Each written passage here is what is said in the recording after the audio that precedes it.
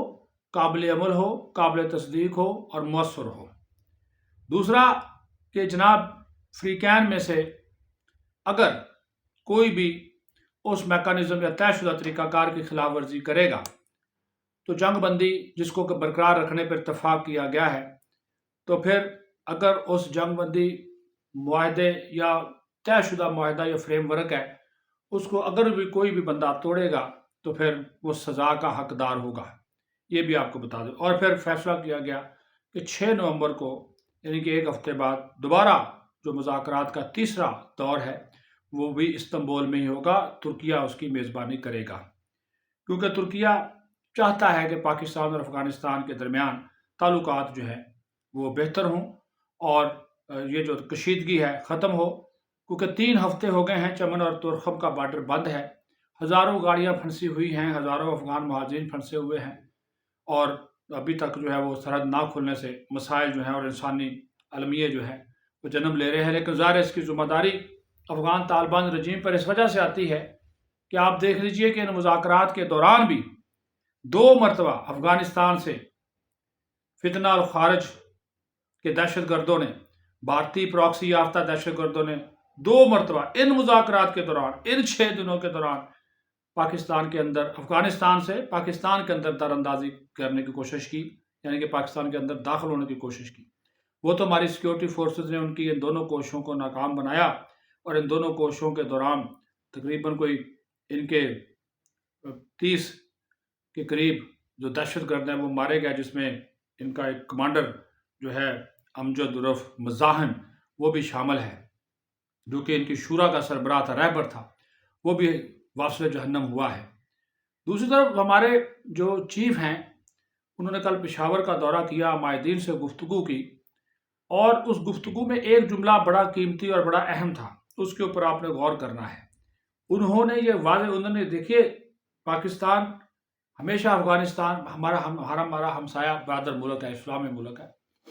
انہوں نے کہا کہ ہم نے اس کی ترقی کے لیے، اس کی معیشت کی بہتری کے لیے، وہاں پہ سماجی ڈھانچے کی بہتری کے لیے پاکستان نے ہر کردار ادا کیا، تعاون کیا ان کے ساتھ، لیکن انہوں نے کہا کہ اس کے نتیجے ہمیں کیا ملا؟ ہمیں دہشت گردی ملی، ہمیں انتہا پسندی ملی، ہمیں تشدد ملا۔ تو انہوں نے کہا کہ یہ احسان کا بدلہ یہ تو نہیں ہوتا کہ ہم سب کچھ قربان کر دیں، 40 سال تک افغان مہاجرین کو ہم پالیں اور آگے سے ہمیں اس کا یہ صلہ ملے کہ آپ دہشت گرد بھجوائیں۔ اور انہوں نے کھل کر کہا، انہوں نے کہا کہ جو موجودہ افغان طالبان رجیم ہے یہ فتنہ الخارج اور فتنہ الہندوستان کی مدد کر رہا ہے، اور اس کا مطلب ہے وہ بھارت کی مدد کر رہا ہے، اور بھارتی حمایت یافتہ دہشت گرد گروپوں کی مدد کرنا، انہوں نے کہا کہ ہمیں یہ کسی طور پر قابل قبول نہیں ہے، یہ جہاں پہ بھی ہوں گے، جس مقام پہ بھی ہوں گے، ان کو ہم نشانہ بنائیں گے اور بنا رہے ہیں۔ دوسرا انہوں نے پیغام دیا کہ خیبر پختونخوا کو ہر حال میں دہشت گردوں، ان کے سہولت کاروں اور ان فتنوں سے